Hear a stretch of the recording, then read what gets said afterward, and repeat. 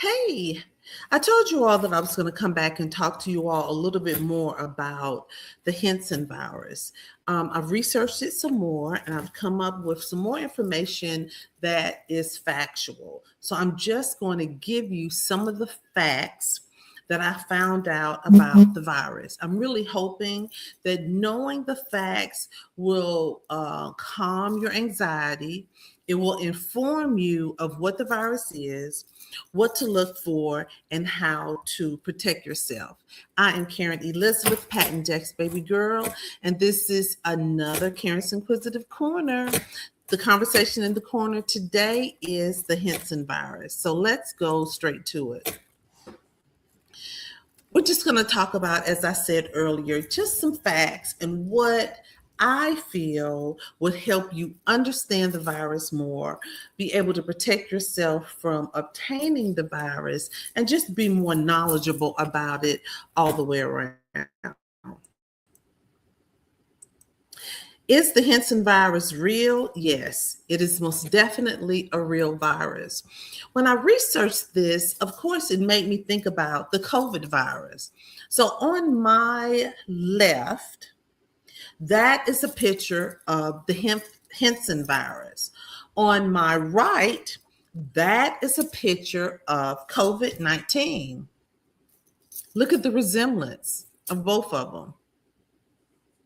This next picture, again, on my left, that's a picture of the COVID virus. On my right, that's a picture of the Henson virus under a microscope. See how alike it is and how much it looks alike? It also has some of the same characteristics, but as we talk more in the session today, in the corner today, you'll find out that the results of the virus are a lot different. Let's talk about the facts. First of all, yes, the Henson virus is real. They did not make it up. It was not AI with the people on the boat. All of it was real. It is carried by wild rodents, rats and mice. Rats and mice. I can't talk today. And so I was thinking, okay, so what determines a wild mouse to a house mouse? Because don't they all live outside and then come in the house? Aren't they all wild? No, they're not. So when they talk about wild, quote, unquote, a wild mouse or wild rat, they live out in the wild. They're not in the home. They're not like a house mouse. I don't know if we have house rats. I would hope not. But there is a difference between a house mouse and a wild rodent that just lives out in the wild and would not probably come into the home. So that's the difference. When we talk about the Henson virus, I know last time I mentioned it to you, I told you that there are several viruses that fall under the umbrella of the Henson virus. There are approximately 10 viruses, and these particular viruses have different rodents with different infections that spread these viruses. So again, we have 10 different viruses, 10 different infections, 10 different rodents that would carry these infections. So, how are we exposed with the Henson virus? Yes, you can be exposed from air droplets, the same way that we were exposed for COVID, the same way. But one of the differences is it's harder to obtain the Henson virus by droplets compared to COVID. COVID is much more contagious than the Henson virus. We can also get it, of course, through droppings, urine, and saliva, and nesting materials of the rodents. Also of surfaces. So if the rodents have been on the counter or any type of surfaces, it can also spread that way. When you clean and sweep areas where a lot of rodents have been, possibly wild rodents, you can also get it in the air through droplets. So if you're cleaning up your garage or cleaning up something, make sure that you wear the appropriate covering on your hands, on your clothes, on your shoes, and of course, a mask, an N95 mask when you clean this up. Also, handling dead rodents. Please make sure that if you handle dead rodents, again, that you mask up, you glove up, you make sure that you're covered so nothing is going to get on your clothes, on your hands. And make sure you have a mask on it. After you do it, although you have gloves on, make sure that you wash your hands, because the first thing you're going to do is do this or eat something with your hands.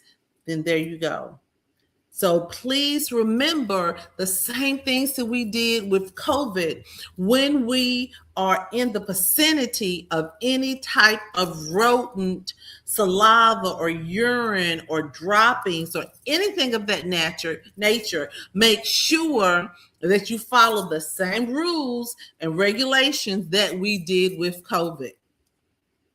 And if you get bitten, Lord help, or if you get scratched by an infected rodent, you can also get it. And also eating food that may be contaminated, you can also get it that way. Another fact is when you are affected with the Hantavirus virus, it may start, the signs and symptoms may start within the first week, or they may lay dormant and they may not start until like 8 weeks later, like 2 months later. Doesn't mean that you're not infected, and it definitely does not mean that you cannot spread the virus. Yeah, that's a little scary. The initial symptoms are the same symptoms kind of with COVID. You're going to have back pain, abdominal pain. You're going to have chills and fever, flu-like symptoms. You're going to feel nauseated. You're going to have intense headaches and maybe blurred vision. You know, with COVID, you had those flu-like symptoms. So if you experience these symptoms and you may think, oh, it's nothing, I'm asking that you think, have you been close to any type of rodents or any type of rodent droplets, or maybe saliva, or have you taken any out of the home, or did you see signs and signs of them in your garage? Think back. Just don't say, oh, I got the flu, or oh, I got allergies or something, which 9 times out of 10, that's probably what it is. But I'm asking, if you go through these symptoms, ask yourself, think back to where you were and what you could have possibly come in contact with. And if you find that you did, go to the doctor. Do not try to fix it over the counter. Do not try to just say, oh, it's going to pass. Go to the doctor. Tell the doctor your symptoms and tell them that you were in the vicinity or came in contact with rodents. Once you get the diagnosis, you can have late symptoms. Now, remember, the symptoms may not come up until 8 weeks. So you could be fine for 8 weeks, can still give it to somebody, and then after the 8 weeks, you can have the symptoms, and then have these late symptoms like a low blood pressure. I don't know that I've ever talked in the corner about low blood pressure. Some people just have low blood pressures and they function on low blood pressures. My grandmother did. But if you have a normal blood pressure and it goes lower, then something is going on. It may not be the Henson virus, but something is going on. The lack of blood flow, you could actually go into acute shock and not really know because you have this virus. You can have internal bleeding, or you can have kidney failure, which could lead to death. Unfortunately, yes, you're probably thinking, so Karen, can I have this virus, go through this and die and not know why until after I'm dead, and they test and find out that I have the Henson virus? Yes, that's a possibility. It's a whole lot of possibilities. Don't stay on that. But yes, it is a possibility. The information that I'm giving you all today, I got it from the CDC and the World Health Organization. And this is the up-to-date information to date on the Henson virus. Now, I want you to understand, you can Google it and all sorts of things would come up. But if you want the facts of studies and statistics and tests, then you want to go to the CDC and or the World Health Organization. To date, there's actually not a treatment for this infection, this virus. They treat the symptoms, your chills and nausea and pain and so forth. They treat the symptoms. They monitor you to make sure that your body doesn't go into kidney failure or those late symptoms. But there's not a pill, there's not a shot that you can take and it suddenly goes away. They're going to take care of you. You're going to stay warm with your chills. You're going to stay hydrated, and you're going to get rest. And they're going to treat your symptoms until the virus just goes through the rotation of a virus. To date, the CDC says that there were 890 laboratory confirmed cases of the Henson virus between 1993 and 2023. Now, I never heard of the Henson virus. Maybe you did. Between 1993 and 2023. Never heard of it. So again, this is not new. This is not new to the CDC. It's not new to the World Health Organization. We just didn't know about it until now. 890, that's almost 1,000 confirmed cases of the disease. We did not know anything about it. They did not tell the citizens. Or maybe they did, and I missed it. Or I didn't read about it, but I didn't know that we had this many cases until I researched it to present it to you all today. If you knew, please let me know. And please let me know where you got the information from in 1993 to 2023. To date, there have been 11 cases. I know a lot of the news says 8, but there has been 11 cases of the Henson virus confirmed and 3 deaths to date. Now, since I did this research, they may have 12 cases right now. They may have four deaths right now. But to date, when I did this, finished my research this morning, then this is what the CDC and the World Health Organization said. We have 11 cases confirmed and 3 deaths.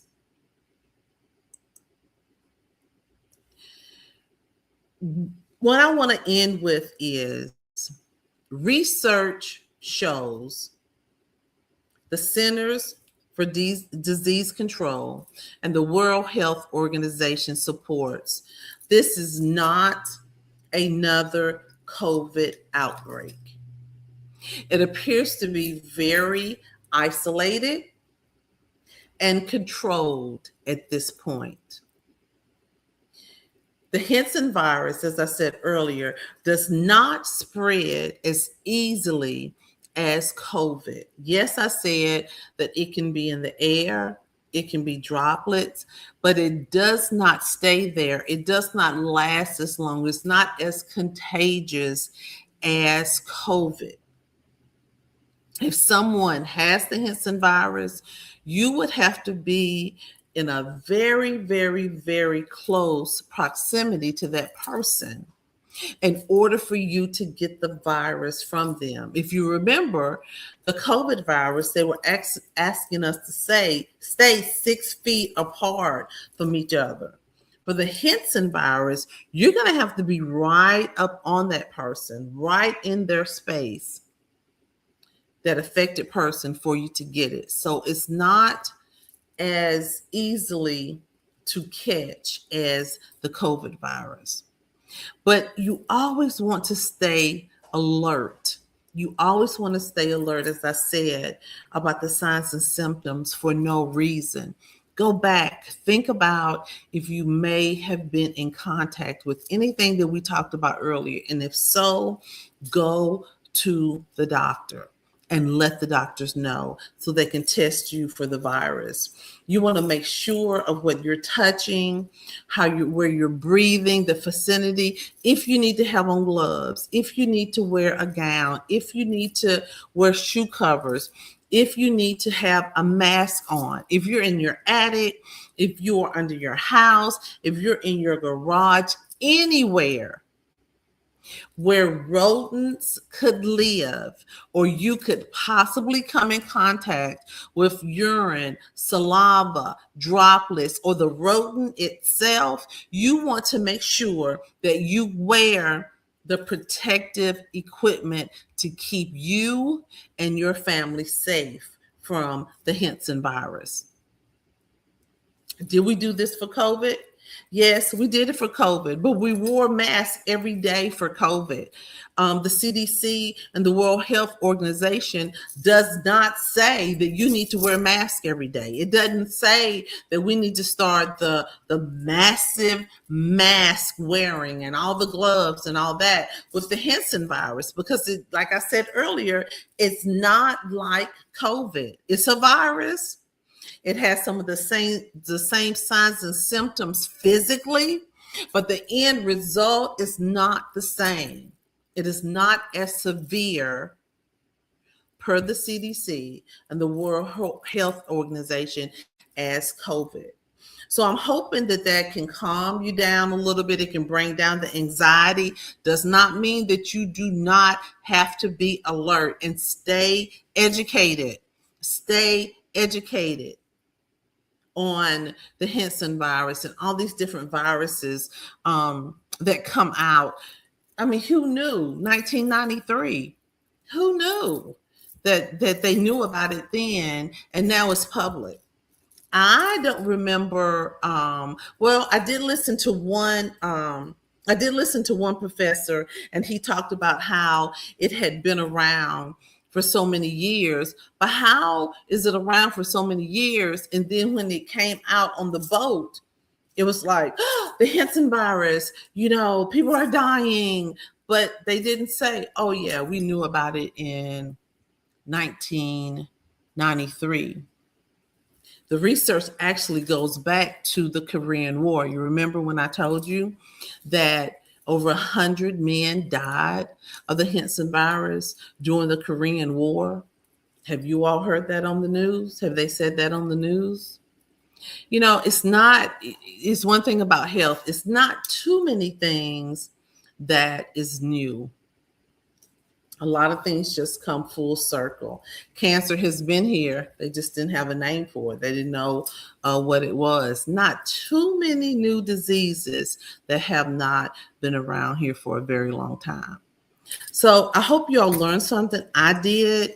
And my job, I feel like, is to make sure that you are informed and then you are educated to know the possibilities, know what's out there, and know what could come on, what could happen to keep you safe.